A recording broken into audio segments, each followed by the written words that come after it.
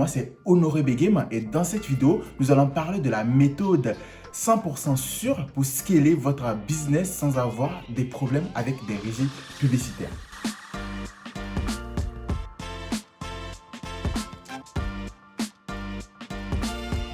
Cette vidéo sera divisée en 5 parties.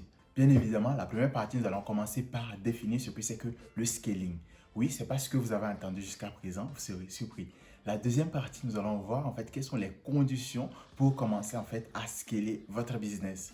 Oui, c'est pas juste en fait en voyant le ROS en fait qu'il faudrait décider de scaler. Il y a beaucoup d'autres conditions qu'on va voir dans cette vidéo. Dans la troisième partie, nous allons parler en fait des deux méthode traditionnelle en fait de scaling, le scaling horizontal et le scaling vertical. Et dans la quatrième partie, nous allons aborder en fait les limites de ces deux méthodes de scaling traditionnelles. Oui, il y a beaucoup de limites. Puis dans la cinquième partie, pour finir, nous allons parler de la nouvelle méthode en fait de scaling. Une nouvelle méthode que nous avons testée sur plusieurs marques. Une méthode qui fonctionne très bien, qui vous permet en fait d'allier la masse et la rentabilité. Généralement, quand on parle en fait de scaling, c'est en fait faire de la masse, mais en termes de ROS, ça diminue. Mais cette nouvelle méthode vous permet en fait de toucher de la masse tout en augmentant votre ROS. Vous serez surpris en fait de cette méthode. Donc, si vous êtes prêts, on attend en fait directement à la première partie. Bien évidemment, nous allons commencer la première partie en définissant ce que c'est que le scaling. Le scaling, c'est un mot qui désigne le processus de croissance accélérée et agressif d'une marque ou d'une entreprise. Et le scaling peut se faire par plusieurs leviers, que ce soit en fait le levier organique en décidant de créer beaucoup plus en fait de contenu organique pour toucher beaucoup plus de personnes, ou par en fait le partenariat, donc toucher plus des influenceurs ou simplement en fait des partenaires business, ou à la fin le scaling basé beaucoup plus sur de la publicité, et c'est le scaling le plus utilisé. Sachez que dans la suite de cette vidéo, nous allons beaucoup parler en fait de la technique, ce troisième scaling qui est le scaling basé sur de la publicité, parce que généralement quand on lance en fait de la publicité, on a des blocus, ou simplement quand on décide en fait d'accélérer notre croissance grâce à la publicité, il y a en fait des chutes de ROS ou en fait de la fatigue publicitaire et tous les problèmes qui viennent derrière. À la fin de cette vidéo, vous aurez en fait une nouvelle technique qui va vous permettre en fait de scaler. Si vous êtes une marque, vous vous demandez sûrement, c'est à partir de quel moment vous pourrez commencer à scaler. Donc, ce qui nous amène en fait à la deuxième partie. Dans cette deuxième partie, je vais vous expliquer en fait quelles sont les conditions pour scaler. Généralement, on voit sur l'internet en disant en fait qu'il faut scaler à partir du moment en fait que tu as un ROS assez intéressant, un truc comme ça. Mais c'est faux, c'est pas juste la seule condition qu'il faut. Quelle est la première condition qu'il faudrait valider avant de passer en fait au scaling? La première condition est la validation en fait du besoin. Parce que là derrière, si en fait ton besoin, son produit ne couvre pas en fait un marché plus large, ça ne sert à rien en fait de vouloir scaler, toucher tout le monde, parce que ça ne va pas, tu vas toucher plus de personnes, mais tu n'auras pas simplement en fait de la conversion derrière. La deuxième condition, ça sera avoir plusieurs créatives. Parce que quand on parle de scaling, ça veut dire en fait que tu auras besoin en fait de toucher plus de personnes. Et si tu veux toucher plus de personnes pour éviter en fait la fatigue publicitaire, il faudrait avoir plusieurs créatifs qui fonctionnent. Et donc quand je dis en fait de la créative qui fonctionne, ça veut dire simplement que tu as testé et tu vois en fait que cette créative elle résonne vraiment avec ton client cible. Le troisième point, il faut avoir la stratégie claire. Et ça, je l'ai abordé en fait lors de ma première vidéo que vous pourrez simplement en fait revoir. La quatrième condition, c'est d'avoir en fait les moyens au niveau en fait de la logistique. Parce que si vous faites sans vente et derrière vous n'avez pas un système en fait logistique qui va pouvoir répondre à ce besoin, ça serait difficile de pouvoir être en fait clean avec vos clients. Donc il est important de travailler sur le process de la logistique avant de vous lancer dans le processus de scaling. À présent, vous savez ce que c'est que le scaling. Vous connaissez les conditions qu'il faudrait que votre marque respecte avant de vous lancer en fait dans ce scaling. Maintenant, parlons en fait de la méthodologie en fait de scaling. Sachez qu'il existe deux méthodes conventionnelles en fait de scaling. Il y a la méthode de scaling horizontale et la méthode de scaling verticale. À quoi consiste la méthode de scaling horizontale? La méthode de scaling horizontale consiste en fait à dupliquer des campagnes ou des ensembles de publicité, donc avoir plusieurs campagnes de publicité sans modifier en fait la campagne de base. C'est une méthode qui est vraiment encouragée à utiliser si vous voulez faire en fait un scaling agressif. Comme vous en doutez, en fait, il y a les côtés négatifs en fait de cette technique de scaling, mais aussi il y a en fait le côté négatif. Le côté négatif, c'est que vous allez avoir plusieurs campagnes et vous risquez en fait de vous perdre. Donc, vous allez à l'encontre en fait du Power 5 en fait de Facebook qui préconise en fait la simplification du Business Manager. Le deuxième problème, c'est le problème en fait de chevauchement. C'est-à-dire que vos publicités, vos campagnes, vos ensembles de campagnes seront en fait en concurrence interne parce que vous allez cibler les mêmes audiences. Et donc, comme alternative, vous pouvez cibler en fait les lookalikes ou en fait cibler en fait des campagnes, des intérêts assez différents. Mais clairement, il y aura au fur et à mesure que vous allez avancer, vous allez finir par avoir beaucoup plus de chevauchement et ça c'est très risqué. Vous allez dépenser beaucoup plus pour l'acquisition du client en vous faisant en fait une campagne interne et ça c'est mauvais. La deuxième méthode, comme on l'a dit, c'est le scaling vertical. Et le scaling vertical, ça consiste à augmenter beaucoup plus de budget sur une seule campagne qui fonctionne très bien.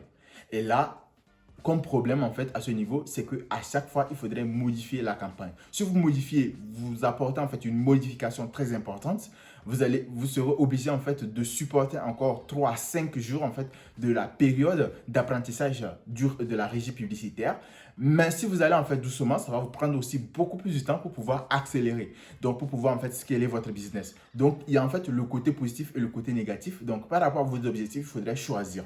Ce qui nous amène en fait à la quatrième partie de notre vidéo. Dans cette partie, nous allons parler en fait des limites et les difficultés de la méthode conventionnelle. Donc, la première difficulté et la première limite, en fait, simplement, c'est la chute de la rentabilité. Plus on dépense beaucoup, on scale notre business, plus la rentabilité, elle diminue. Et donc, ça ne devient pas vraiment très intéressant, surtout pour des marques qui ont peu de marge. C'est-à-dire que des marques en fait écologiques et tout, qui ont vraiment peu de marge, ça devient vraiment très compliqué d'être rentable. Le deuxième problème, en fait, c'est le risque en fait, de blocage. Plus en fait, on dépense énormément, Facebook peut décider d'un coup en fait, de bloquer notre campagne, notre business manager ou même notre page. C'est la même chose en fait au niveau de TikTok. Donc, ça fait partie en fait des risques qu'on fait face tous les jours quand on utilise en fait les deux types en fait de scaling. Le troisième point en fait, c'est la difficulté de la structure de la campagne. Parce que plus tu fais en fait le scaling horizontal, à un moment donné, tu vas te retrouver avec de dizaines en fait de campagnes, tu risques de te perdre et en plus les datas seront reparties, du coup ça serait vraiment moins rentable et difficile en fait à gérer pour toi. Faut pas aussi oublier en fait ce problème en fait de manque de créative qui peut engendrer derrière en fait simplement la fatigue publicitaire, donc la chute en fait de la rentabilité également et aussi faut noter aussi que quel qu'en soit le budget que vous allez mettre, avec un seul business manager, vous ne pourrez pas toucher en fait toute l'audience. Parce que l'algorithme, c'est ce qui intéresse en fait son audience. Et aussi, vous avez une note au niveau de votre page. Et donc, ce qui vous limite en fait l'audience que vous êtes capable en fait de toucher. Donc, maintenant que nous connaissons simplement en fait les risques, les limites liées en fait au scaling conventionnel, nous allons passer à présent à la nouvelle technique en fait de scaling que j'appelle simplement en fait le whitelisting. C'est le fait en fait de faire de la publicité avec le compte des influenceurs ou des créateurs. Oui, c'est une technique en fait qui est beaucoup plus utilisée actuellement vers les États-Unis, mais qui est moins utilisée en fait sur le marché francophone. Pour faire le whitelisting, en fait, il y a deux possibilités qui s'offrent à vous. Soit vous utilisez en fait les comptes de vos clients, soit vous utilisez les comptes des influenceurs. Donc, les comptes des clients, vous pouvez les contacter directement et leur demander en fait de vous donner accès en fait à leur compte en échange d'un produit, un truc comme ça, ou simplement en fait de contacter les influenceurs. C'est quoi le bénéfice de faire cela? Premièrement, en fait, c'est que grâce au whitelisting, vous allez toucher beaucoup plus en fait d'audience. Comme je vous l'ai dit en fait préalablement, avec votre page professionnelle, c'est pas possible de toucher les 100% en fait des audiences, des personnes en fait qui sont intéressées par votre service. Donc, le fait d'utiliser en fait les comptes des créateurs, vous aurez beaucoup plus en fait de possibilités de toucher beaucoup plus de personnes.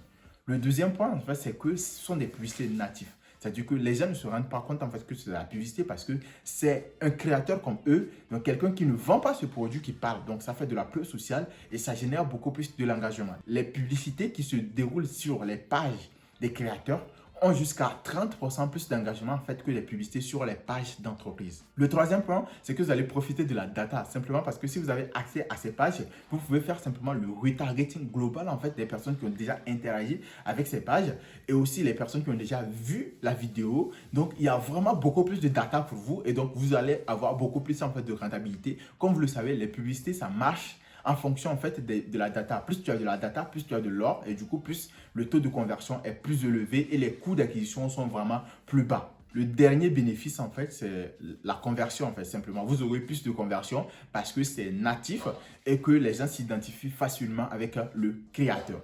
Maintenant que vous êtes convaincu et que vous avez vu en fait les bénéfices et vous êtes prêt maintenant à vous lancer en fait dans le whitelisting, vous vous demandez sûrement alors comment on va s'y prendre parce qu'on ne peut pas contacter tout le monde pour les demander simplement de faire de la publicité et ce n'est pas tout le monde qui va accepter. Et du coup, ce qui nous amène en fait sur la stratégie en fait que je vous recommande de faire.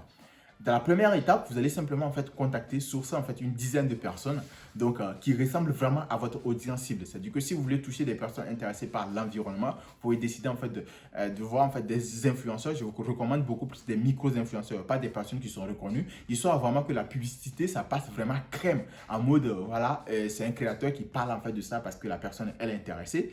Ensuite, la deuxième étape, ça sera en fait d'écrire en fait votre scénario. Donc, vous allez écrire des scénarios en fonction en fait de l'audience cible que vous voulez toucher. Donc, si vous voulez toucher en fait des personnes qui sont vraiment intéressées par tout ce qui touche en fait le réchauffement climatique, vous allez orienter en fait votre scénario vers ce côté. Donc, vous allez écrire le scénario que vous allez envoyer en fait au créateur.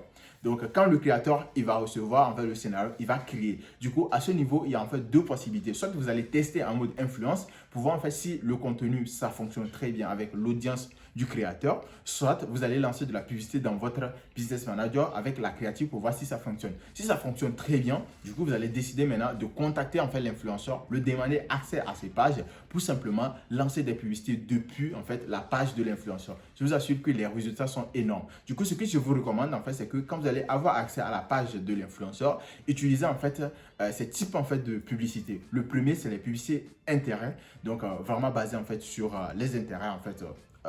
Simplement. Le deuxième, c'est les publicités en fait look-like, simplement basées en fait sur les look-like des abonnés, des personnes qui ont déjà interagi en fait sur la page du créateur. Donc, ça va vous permettre vraiment de profiter en fait de sa data. Et le troisième, en fait, le retargeting, toucher toutes les personnes qui ont déjà interagi avec son contenu. La stratégie dont je viens de vous parler, en fait, c'est une stratégie en fait que nous utilisons. C'est une stratégie que nous mettons en place aujourd'hui pour nos clients. On a en fait des retours sur investissement assez intéressants, des ROS parfois jusqu'à 17, jusqu'à 20 clairement. Et donc, ça marche énormément. Et surtout qu'aujourd'hui, en fait, on est pendant une période où ce qui intéresse, c'est l'économie en fait du créateur. Donc, rapprochez-vous en fait des créateurs et donc profitez en fait de leur notoriété, de leur autorité pour faire beaucoup plus de ventes pour vos marques. Donc, il y aura en fait une prochaine vidéo où nous allons aborder plus en détail des stratégies beaucoup plus poussées pour des marques e-commerce. Donc, n'oubliez pas de vous abonner et on se dit à très bientôt.